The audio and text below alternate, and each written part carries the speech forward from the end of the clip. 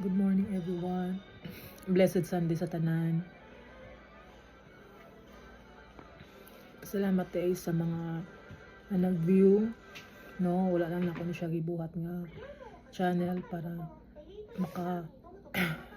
maka-monetize, maka-gain og kanang mga likes. No. It is my passion jud nako na mag-share bisan gamay lang, no, mabless ang sa katao.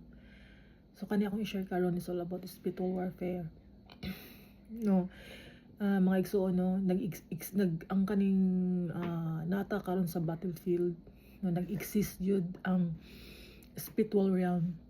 Namang ta karon sa earth, nata sa kalibutan. Nandito po tayo sa mundo in physical realm. So hindi po natin nakikita yung spiritual realm. Wala na to nakita ang spiritual realm. Inata karon sa physical, nata sa kalibutan. But nag-exist jud siya. So nakoy testimony, no, it's all about kaniganing sa mga balay, no, kailangan jud siya house deliverance kay dili lang kay puy-an sa mga daotang espiritu ang sulod ang atong lawas, no. Magpuyo po na sila sa mga balay, labi na tong kanaganing kapuloy-anan kaayo, no. Nakoy testimony ana is all about among sa among family, no. Nakoy testimony way back I think dugay na 7 years, mga 2014, no. I don't know kung tama ba. Kaning gialaw ni Lord na ipakita sa tuwa, no. Lahi mong gitag testimony igsoon ipakita sa mo that time, no. Kaning mga unclean spirit pwede gid siyang puyo sa kabalay, no. Actually ako lang gi-share ha para it's dagdag na information sa inyo ha, no. So kaning maka-feel tag kana ganang same sa akong gitudlo no last na Hosea 4:6, no. Ingon ang pulong sa Ginoo, my people are destroyed from lack of knowledge. Kay kabalo ka igsoon karon nga end times, ang atake sa enemy is ang atake sa enemy sa atong life is deception, og different kind ang deception. Apil na di ang fear, anxiety because of future, no. Deception yung gamiton. Usa man ang bisay sa deception kayang limbunganan ta ba kung wala ta kabalo sa kamatuoran, which kaning Bible, no. Mauli dapat ang foundation importante kaayo. Same sa pagkaon nga atong ginatrabaho sa matag adlaw. Kani ang pinaka dapat foundation kay kung wala tay nahibaw-an ani igsoon, dali kita i-deceive sa enemy. Even tanang Christian nga dili tinud born again, no. So balik ta sa tong gi-share, no. Hello. Ang tinuod man nga magpuyo gid ang enemy sa lawas o sa katao. Magpuyo gid na siya. Hello. Og same pod mapuyo po na sa mga panimalay, no. Same sa akong testimony, balik ta sa akong family, no. Pag wala ta kabalo, even dili ingon nga born again na ta. Same sa akong experience, no. Same sa akong experience, no. Abi na ako born again ako, but ipakita ni Lord kung unsa atong estado sa atong pagkakristohan nun, no. Daghang siya pamagi. Number 1 na gyud ang word dreams, no. Yung mga damgo mao na ang isa ka voice sa Ginoo. So ato lang nang i-tackle one day, no. So lahi man atong topic karon. So that time balik ta, no, sa akong family, no. Pag natay mga kanigayng bitterness kay kabalo ka unsay cause sa fear, it's unsay cause sa sige kasuko, unforgiveness, ug magsanga-sanga na siya. Isa na diha mo sanga, di ba, kung unforgiveness, mahimo kang bitter, mahimo tang masukanon, no. Grabe ang anger, sige kasuko tungod na unforgiveness, wala pa kasing-kasing. So pag napay unforgiveness, ingon sa pulong sa Ginoo sa the book of John, mag-cause na siyang fear. In short, ang cause sa fear is unforgiveness. Kaniging mahadlok ta mo, labi na karon nga the day is approaching na kayo ang pagbalik sa gidaghan na kayo makita nimo karon mga talan-awon nga wala sukad-sukad dahil tabo sa una. Lahi na jud kayo siya. So, pag natay fear, mahadlok kong balik ang Ginoo. Mini ana napay mao gani ikaduha na lang yun ang gikuman sa Ginoo, no? 10 commandments dili man gyud makasunod ana gibuhat na lang duha kay because it's all about love. Love kay sa Ginoo, love kay Jesus, no? Love samahan, ikaduha love sa atong mga kaigsuonan. Kay ngano man tanan na kung mabuhat nato na managiingon sa pulong sa Ginoo, love conquers all. Amen. So dito that time balik ta tungod na mga unforgiveness sa kasing-kasing, no. Mupuyo gyud sa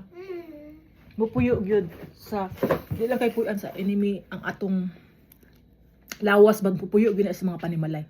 Same sa among way back, no, mga 7 years ago sa among family, no. Grabe kaning natay unforgiveness sa kasing-kasing, no.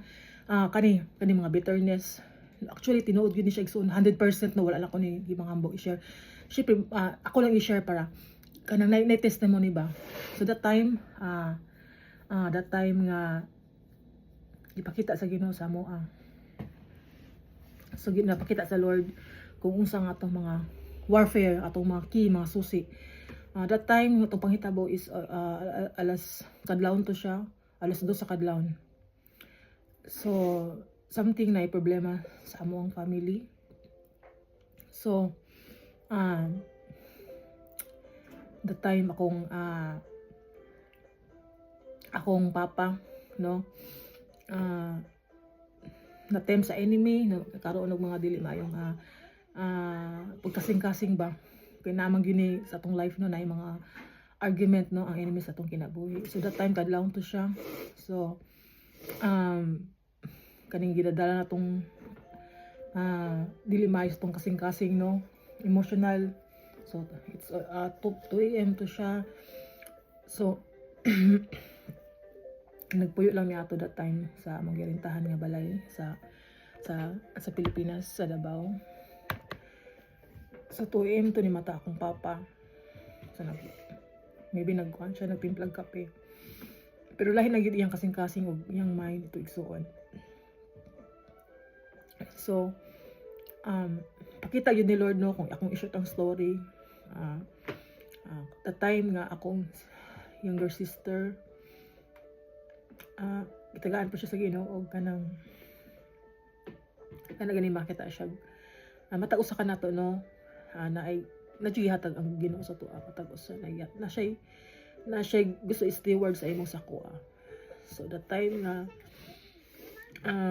nagsugod na tong warfare, nakita gyud akong igsuon in the spiritual realm, igsuon demons mura siya pikbalang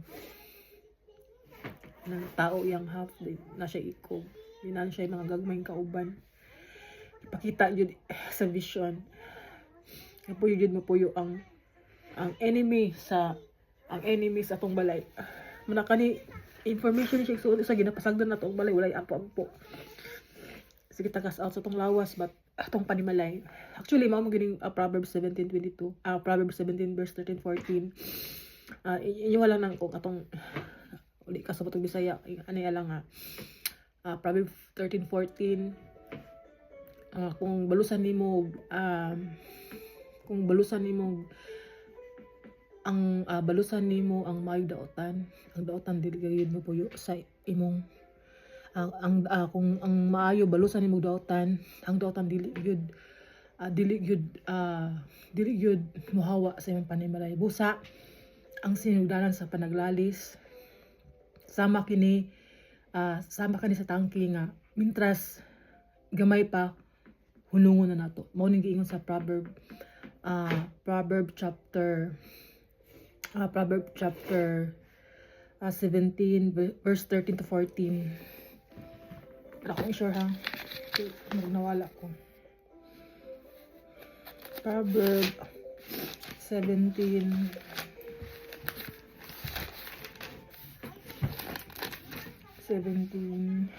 verse 13-14. Tama, Proverbs 17 verse 13 to 14. So katong Tagalog English, kamo na lang mo translate sa inyong kawaling Bible. So kung kaning balik ko na basa.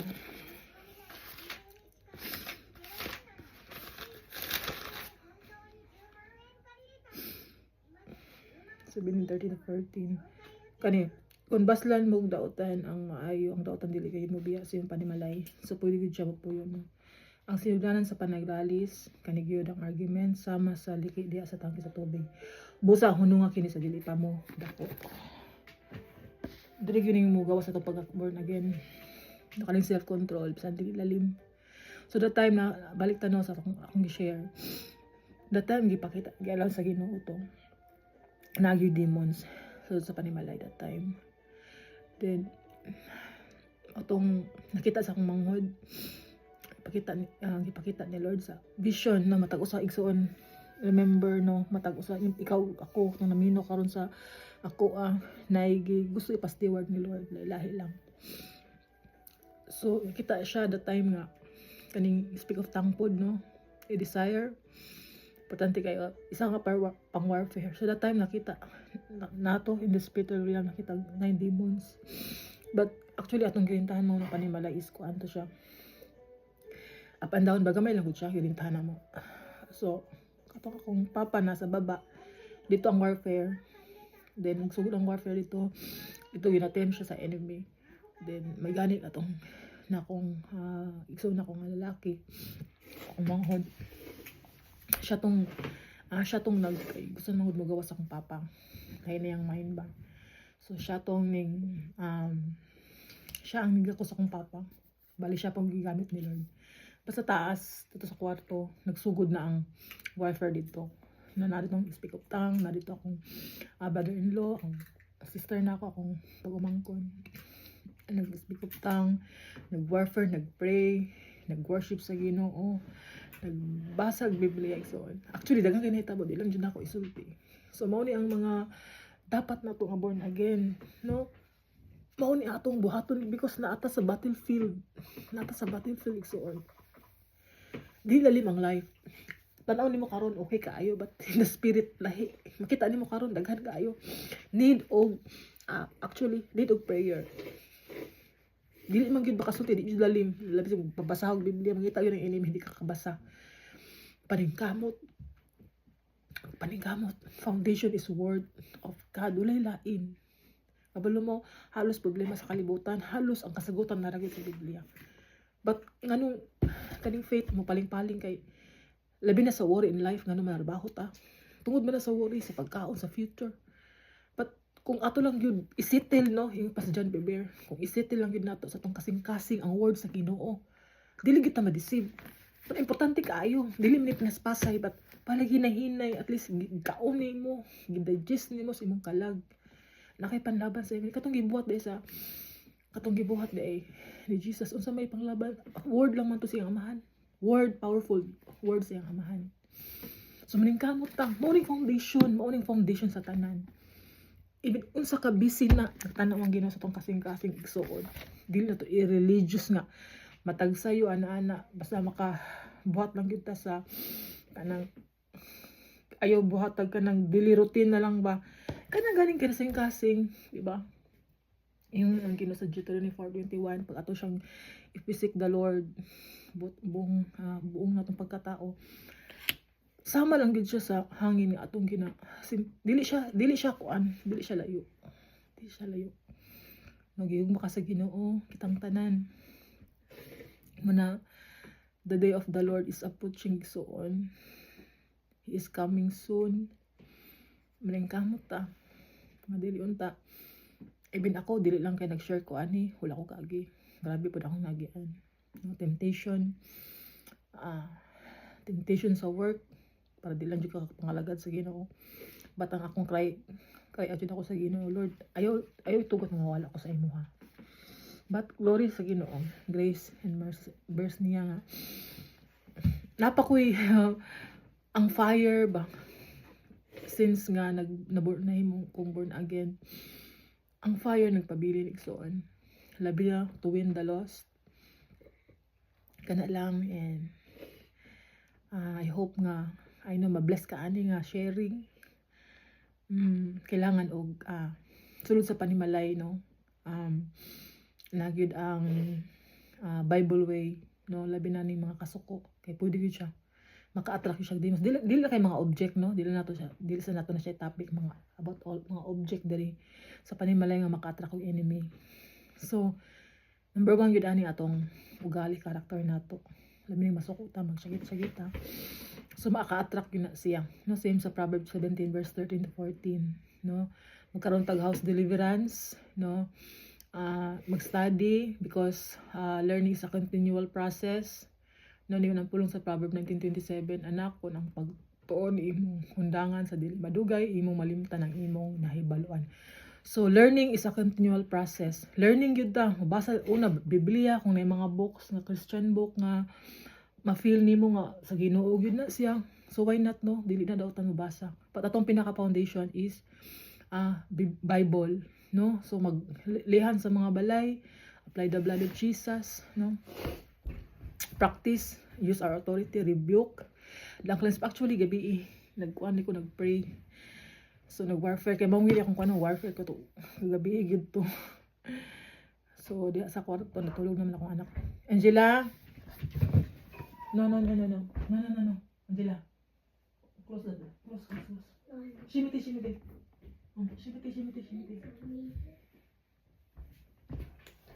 Sorry. So that time nag-pray ko gabi. Sa pag-pray nako, grabe na akong warfare. Una sa mga panimalay ba. Sa grabe, naman kanin kalitog kan. Naning kalitog ka ng doon yun ako, dili ko siya yung masasilingan kay apartment tabi yan, no. Kuan siya na nakla. Fresh kayo ang tingog. But salamat sa Holy Spirit kay tagaan jud kanya ka ng tagaan jud ka sa Holy Spirit. Importante kang Holy Spirit. Tagaan jud kanya kaisog. Kana ganing aware na ka. Actually sa tong kaning tawahan masadlok jud ka. But kani mo we are the temple of the Holy Spirit. So puloy anan ta sa Holy Spirit so on. So imagine na lang na, no, grabe ang pribilehiyo gihatag sa Ginoo sa matag usa. So kana lang nakoy subaybay lang ako mga upcoming teaching, no, dili kani siya teaching but mga revelation. So God bless igsuon. Happy Sunday.